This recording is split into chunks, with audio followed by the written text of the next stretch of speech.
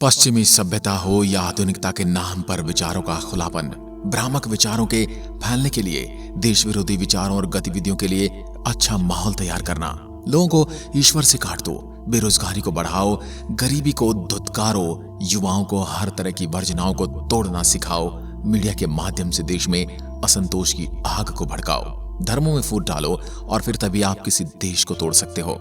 आज देखने में यही आ रहा है कि हमारे देश का युवा भटक रहा है। वह उन विचारों के हाथों की कठपुतलियां बन चुका है जो उसे ही नहीं बल्कि भारत को भी बर्बादी के रास्ते की ओर ले जा रही है। आज का युवा ऐसी चीजों की ओर आकर्षित हो रहा है जो उसके किसी काम की नहीं है, और जो उसके काम की है उन्हें मूर्ख, गूढ़ और रूढ़िवादी बताकर वह किनारा कर लेता है। अधिकतर हिंदुओं को अपने धर्म का ज्ञान नहीं होता। यही कारण है कि वे युवावस्था में विपरीत विचारधारा के प्रभाव में आकर अपना जीवन नष्ट कर लेते हैं। इसके अलावा वे जिंदगी भर द्वंद्व, दुविधा या असंतोष की भावना में रहते हैं। वे कभी ये निर्णय नहीं ले पाते कि क्या सही और क्या गलत। ऐसे लोग खुद के परिवार को ही संकट में डालते हैं, बल्कि ये लोग देश और धर्म के लिए भी घातक सिद्ध होते हैं, क्योंकि वो जो सोचते हैं वह उनकी सोच नहीं होती, वह या तो बाजार से प्रभावित या वामपंथ से प्रभावित सोच होती है। खैर, भारत में ऐसे बहुत से ज्ञानी और ध्यानी हुए हैं जिनकी गाथा और उनके विचार जानकर आप हैरान रह जाएंगे। वामपंथ या एकेश्वरवाद की विचारधारा भी भारत के दर्शन की देन है। भारत में ही ऐसे कई महान राजनीतिज्ञ, नीतिज्ञ, दार्शनिक, आध्यात्मिक, आस्तिक, नास्तिक, वैज्ञानिक और चमत्कारिक संत हुए हैं। तो हमें किसी विदेशी को जानने की जरूरत ही नहीं है। आइए जानते कि हिंदू धर्म में दो लोगों के बीच होने वाले ऐसे कौन से विश्व प्रसिद्ध संवाद जिन्हें पढ़कर या सुनकर लोक जीवन का अर्थ बदल गया है, और जिन्हें पढ़कर दुनिया भर के राजनीतिज्ञ, नीतिज्ञ, वैज्ञानिक, आध्यात्मिक और दार्शनिकों ने अपने एक अलग ही धर्म, दर्शन, नीति और विज्ञान का सिद्धांत गढ़ा है। यह तय है कि इन्हें पढ़कर आप जिंदगी में शांति, दृढ़ता, निर्भीकता और बुद्धि का विकास करेंगे। हम यहाँ आपके लिए ऐसी जानकारी लेकर आए हैं जिन्हें जानकर आप निश्चित तौर पर हैरान हो जाएंगे। सबसे पहले बात करते हैं अष्टावक्र और जनक संवाद। अष्टावक्र दुनिया के प्रथम ऐसे व्यक्ति थे जिन्होंने सत्य को जैसा जाना वैसा कह दिया। न वे कवि थे और न ही दार्शनिक, चाहे वे ब्राह्मणों के शास्त्र हो या श्रमकों के। उन्होंने दुनिया के किसी भी शास्त्र में कोई रुचि नहीं रखी। उनका मानना था सत्य शास्त्रों में नहीं लिखा है, शास्त्रों में तो सिद्धांत और नियम है, सत्य नहीं, ज्ञान नहीं, ज्ञान तो तुम्हारे भीतर है। अष्टावक्र ने जो कहा वह अष्टावक्र गीता नाम से प्रसिद्ध है। राजा जनक ने अष्टावक्र को अपना गुरु माना था। राजा जनक और अष्टावक्र के बीच जो संवाद हुआ उसे अष्टावक्र गीता के नाम से जाना जाता है। इसके ऊपर हम अलग से विस्तार से एक वीडियो बनाएंगे, यदि आप कमेंट में लिखकर आग्रह करेंगे। श्री कृष्ण अर्जुन संवाद। हिंदू धर्म के एकमात्र धर्म ग्रंथ हैं वेद। वेदों के 4 भाग हैं, ऋग, यजु, साम और अथर्व। वेदों के सार को उपनिषद कहते हैं और उपनिषदों के सार का निचोड़ गीता में है। उपनिषदों की संख्या 1000 से ज्यादा है, उसमें भी 108 प्रमुख है। गीता के ज्ञान को भगवान श्री कृष्ण ने अर्जुन से कुरुक्षेत्र में खड़े होकर दिया था। यह श्री कृष्ण अर्जुन संवाद नाम से विख्यात है। किसी के पास इतना समय नहीं कि वह वेद या उपनिषद पढ़े, उनके लिए गीता ही सबसे उत्तम धर्म ग्रंथ है। महाभारत के 18 अध्यायों में से एक भीष्म पर्व का हिस्सा है गीता। गीता को अच्छे से समझने से ही आपको समझ में बदलाव आना शुरू हो जाएगा। धर्म, कर्म, योग, सृष्टि, युद्ध, जीवन, संसार आदि की जानकारी हो जाएगी। सही और गलत की पहचान होने लगेगी। तब आपके दिमाग में स्पष्टता होगी, द्वंद्व नहीं। जिसने गीता नहीं पढ़ा वह हिंदू धर्म के बारे में हमेशा गफलत में ही रहेगा। श्री कृष्ण के गुरु घोर अंगिरस थे। घोर अंगिरस ने देव की पुत्र कृष्ण को जो उपदेश दिया था वही उपदेश कृष्ण गीता में अर्जुन को देते हैं। छांदोग्य उपनिषद में उल्लेख मिलता है कि देव के पुत्र कृष्ण घोर अंगिरस के शिष्य हैं और वे गुरु से ज्ञान अर्जित करते हैं, जिससे फिर कुछ भी ज्ञातव्य नहीं रह जाता। इसके बारे में भी हम एक संपूर्ण वीडियो आपके सामने लेकर आएंगे, अगर आप कमेंट में लिखकर बताएंगे तो। यक्ष युधिष्ठिर संवाद। यक्ष और युधिष्ठिर के बीच हुए संवाद को यक्ष प्रश्न कहा जाता है। यक्ष और युधिष्ठिर के बीच जो संवाद हुआ उसे जानने के बाद आप जरूर हैरान हो जाएंगे। यह अध्यात्म, दर्शन और धर्म से जुड़े प्रश्न ही नहीं है, यह आपकी जिंदगी से जुड़े प्रश्न हैं। आप भी अपने जीवन में कुछ प्रश्नों के उत्तर ढूंढ ही रहे होंगे। इसके बारे में भी एक अलग से वीडियो बनाना पड़ेगा। भारतीय इतिहास ग्रंथ महाभारत में यक्ष युधिष्ठिर संवाद नाम से बहुचर्चित प्रकरण है। संवाद का विस्तृत वर्णन वन पर्व के अध्याय 312 एवं 313 में दिया गया है। यक्ष ने युधिष्ठिर से लगभग 124 सवाल किए थे। यक्ष ने सवाल की झड़ी लगाकर युधिष्ठिर की परीक्षा ली। अनेक प्रकार के प्रश्न उनके सामने रखे और उत्तरों से संतुष्ट हुए। अंत में यक्ष ने 4 प्रश्न युधिष्ठिर के समक्ष रखे, जिनका उत्तर देने के बाद ही उन्होंने मृत पांडवों अर्जुन, भीम, नकुल और सहदेव को जीवित कर दिया था। ये सवाल जीवन, संसार, सृष्टि, ईश्वर, प्रकृति, नीति, ज्ञान, धर्म, स्त्री, बुराई आदि अनेक विषयों से संबंधित थे। लक्ष्मण और रावण संवाद। प्रभु श्री राम के तीर से जब रावण मरणासन्न अवस्था में हो गया, तब भगवान श्री राम ने लक्ष्मण से उनके पास जाकर शिक्षा लेने को कहा। श्री राम की यह बात सुनकर लक्ष्मण चकित रह गए। भगवान श्री राम ने लक्ष्मण से कहा कि संसार में नीति, राजनीति और शक्ति का महान पंडित रावण अब विदा हो रहा है। तुम उसके पास जाओ और उससे जीवन की कुछ ऐसी शिक्षा ले लो जो कोई नहीं दे सकता। श्री राम की बात मानकर लक्ष्मण मरणासन्न अवस्था में पड़े रावण के नजदीक सिर के पास जाकर खड़े हो गए, लेकिन रावण ने कुछ नहीं कहा। लक्ष्मण ने लौटकर प्रभु श्री राम से कहा, वो तो कुछ बोलते ही नहीं। तब श्री राम ने कहा, यदि किसी से ज्ञान प्राप्त करना है, उसके चरणों के पास जाकर हाथ जोड़कर खड़े होना चाहिए, न कि सिर के पास। श्री राम ने लक्ष्मण से कहा, जाओ रावण के चरणों के पास बैठो। यह बात सुनकर लक्ष्मण इस बार रावण के चरणों में जाकर बैठ गए। रावण ने लक्ष्मण को जो सीख दी उसे सभी जानते हैं। अंगद और रावण के बीच का संवाद। गोस्वामी तुलसीदास कृत महाकाव्य रामचरितमानस के लंका कांड में पालीपुत्र अंगद रावण की सभा में रावण को सीख देते हुए कहते हैं कि कौन कौन से ऐसे 14 दुर्गुण हैं जिसके होने से मनुष्य मृतक के समान हो जाता है। अंगद रावण के बीच जो संवाद हुआ था वो बड़ा ही रोचक था। उसे पढ़ने और उसकी व्याख्या जानने से व्यक्ति को अपने जीवन की स्थिति में बहुत कुछ ज्ञान प्राप्त हो जाता है। अपनी जीवन की स्थिति को समझने के लिए उसका दिमाग इतना खुल जाता है। यमराज नचिकेता संवाद।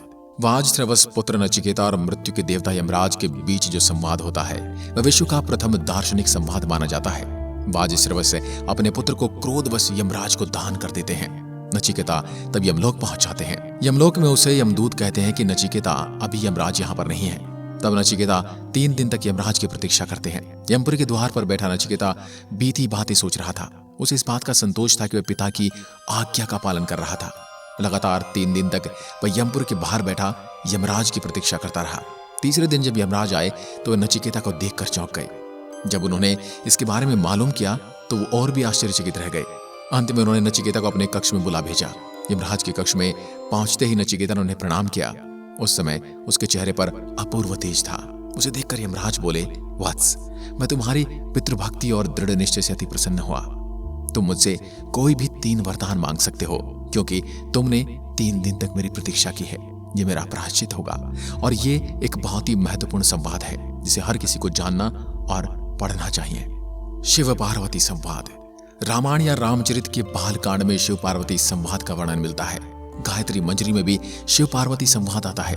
हम इस संवाद की बात नहीं कर रहे हैं। भारत के कश्मीर राज्य में अमरनाथ नामक गुफा है, जहां जून माह में बाबा अमरनाथ के दर्शन करने के लिए हजारों हिंदू जाते हैं। दरअसल ये गुफा शिव और पार्वती संवाद की साक्षी है।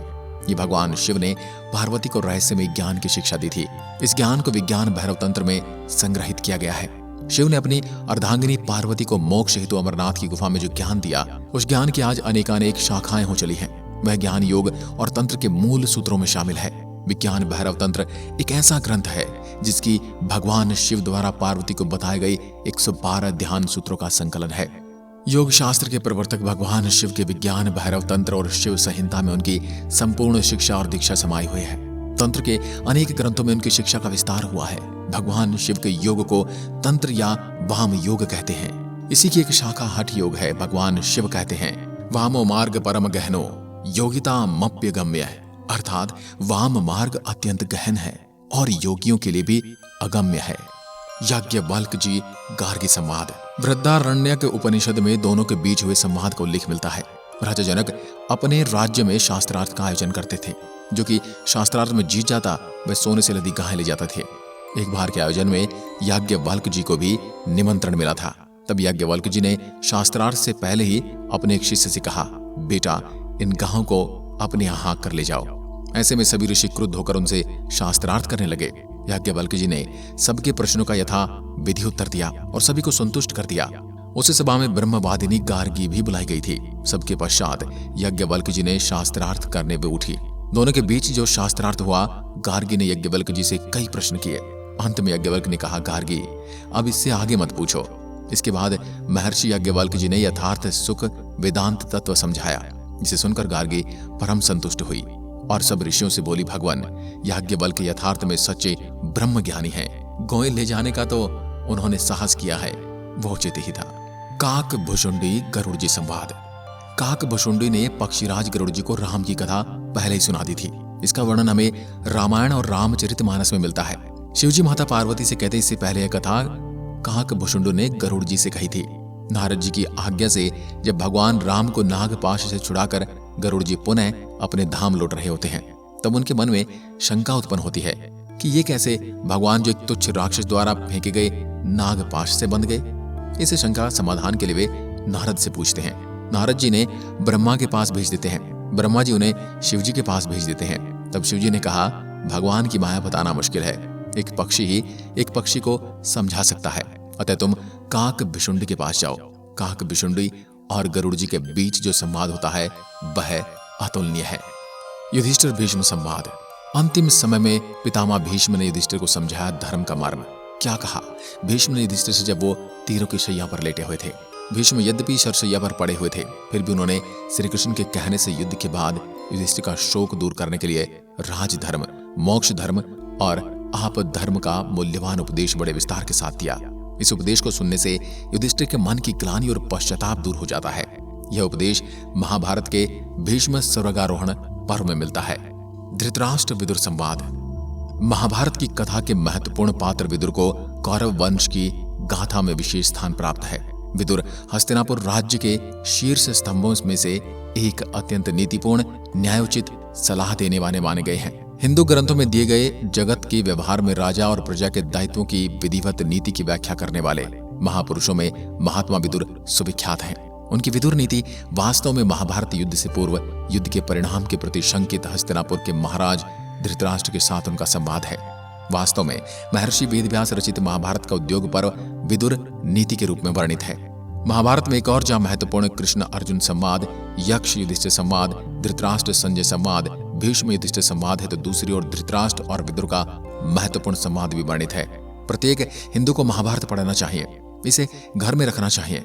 जो ये कहता है कि महाभारत घर में रखने से महाभारत होती है, वह मूर्ख, अज्ञानी या धूर्त व्यक्ति हिंदू को अपने धर्म से दूर रखना चाहता है। शंकराचार्य मंडन मिश्र संवाद। शंकराचार्य देश भर के साधु संतों और विद्वानों से शास्त्रार्थ करते करते अंत में प्रसिद्ध विद्वान मंडन मिश्र के गांव पहुंचे थे। यहाँ उन्होंने 42 दिनों तक लगातार शास्त्रार्थ किया, जिसकी निर्णायक थी मंडन मिश्र की पत्नी भारती। शंकराचार्य और मंडन मिश्र के बीच जो संवाद हुआ, उस संवाद की बहुत चर्चा होती है। हालांकि शंकराचार्य ने मंडन को पराजित तो कर दिया, पर उनकी पत्नी के एक सवाल का जवाब नहीं दे पाए और अपनी हार मान ली। तो दोस्तों, ये हैं हिंदू धर्म ग्रंथों और हिंदू दर्शन शास्त्र से जुड़े हुए बहुत ही महत्वपूर्ण संवाद। ये 12 संवाद आपकी जिंदगी बदल कर रख देंगे। 12 क्या, इनमें से एक भी संवाद आपकी जिंदगी बदलने के लिए पर्याप्त है। लेकिन अगली हर एक वीडियो में मैं आपको प्रत्येक संवाद के बारे में अलग से जानकारी दूंगा। आशा करता हूं ये वीडियो आपको पसंद आई होगी और ऐसी वीडियो देखने के लिए चैनल को सब्सक्राइब जरूर करें। धन्यवाद। जय हिंद, जय भारत।